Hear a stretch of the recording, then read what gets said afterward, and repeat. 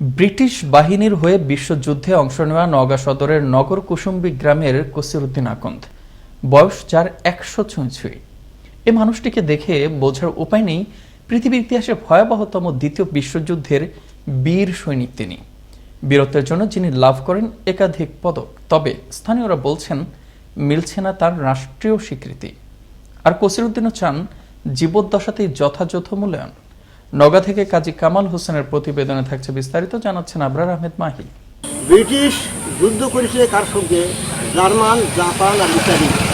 1925 সালে জন্ম নেওয়া কসিরউদ্দিন 1944 সালের 5 মার্চ সৈনিক হিসেবে যোগদান করেন এবং কলকাতায় 1 মাসের রাইফেল ট্রেনিং এর পর ব্রিটিশ ইন্ডিয়ান আর্মির পাইওনিয়ার পদে নিযুক্ত হন। এরপর সম্মুখ যুদ্ধের প্রশিক্ষণ দিয়ে তাকে পাঠানো হয় বার্মায়। সেখানে বিশাল এবং ঘন অরণ্যে হিংস্র নানা জীবজন্তুর মধ্যে অত্যন্ত কষ্টের দিন কেটেছে তার।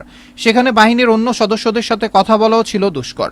ছিল আফ্রিকান সহ 11 জাতির সৈন্য, যাদের সমন্বয়ে গড়ে উঠেছিল তাদের ইউনিট। প্রায় 1 বছর জঙ্গলে থেকে যুদ্ধ করার পর জাপানি বাহিনীকে দমনে সক্ষম হন তারা। 1948 সালের 17 আগস্ট সেনাবাহিনীর চাকরি থেকে অবসর নিয়ে বাড়ি ফিরে আসেন তিনি।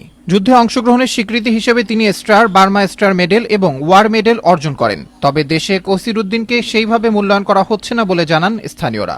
তারা চান তার নামে এলাকার রাস্তাঘাট, স্কুল, কলেজ বা লাইব্রেরির নামকরণ করা সহ দেয়া হোক রাষ্ট্রীয় স্বীকৃতি।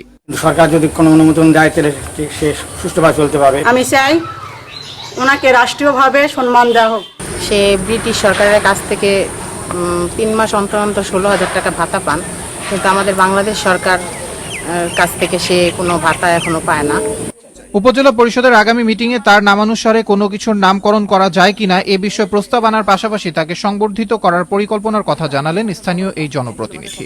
কসিরউদ্দিন সাহেব উনি একজন ব্রিটিশ সৈনিক এবং দ্বিতীয় বিশ্বযুদ্ধে উনি সরাসরি অংশগ্রহণ করেছেন। তার জন্য আমি আগামী উপজেলা সমন্বয় মিটিংয়ে তার নামে একটি রাস্তা নামকরণের জন্য সুপারিশ করব। এদিকে বার্ধক্যজনিত বিভিন্ন রোগব্যাধি বাসা বেঁধেছে তার শরীরে। মৃত্যুর পরে নয়, কসিরউদ্দিন আকন্দ বেঁচে থাকতেই চান রাষ্ট্রীয় স্বীকৃতি। আমাদের সরকার আমি দাবি চাই যে আমার উনিশভাবে থেকে সম্পত্তি দেওয়ার কথা ছিল, সেটা দিল না। আর এখানে একটা লাইব্রেরি দেওয়ার কথা ছিল, আমার নামে একটা লাইব্রেরি দরকার, সেটা আসেনি।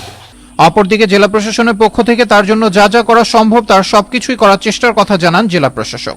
সরকারের পক্ষ থেকেও বয়োজ্যেষ্ঠদের প্রতি নানা রকম সুযোগ সুবিধা প্রদান করা হয়, তারা যাতে সম্মানিত বোধ করেন এবং তারা যাতে মর্যাদা নিয়ে বেঁচে থাকতে পারেন, সেই লক্ষ্যে আমাদের জেলা প্রশাসনের পক্ষ থেকে যা যা করণীয় আমরা সকল সহযোগিতা প্রদান করি।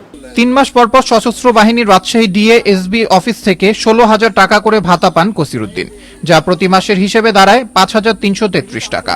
আর এ দিয়েই কোনোভাবে খাবার ও ওষুধ খেয়ে বেঁচে আছেন দ্বিতীয় বিশ্বযুদ্ধের রণাঙ্গনের সাক্ষী হয়ে বেঁচে থাকা কসিরউদ্দিন।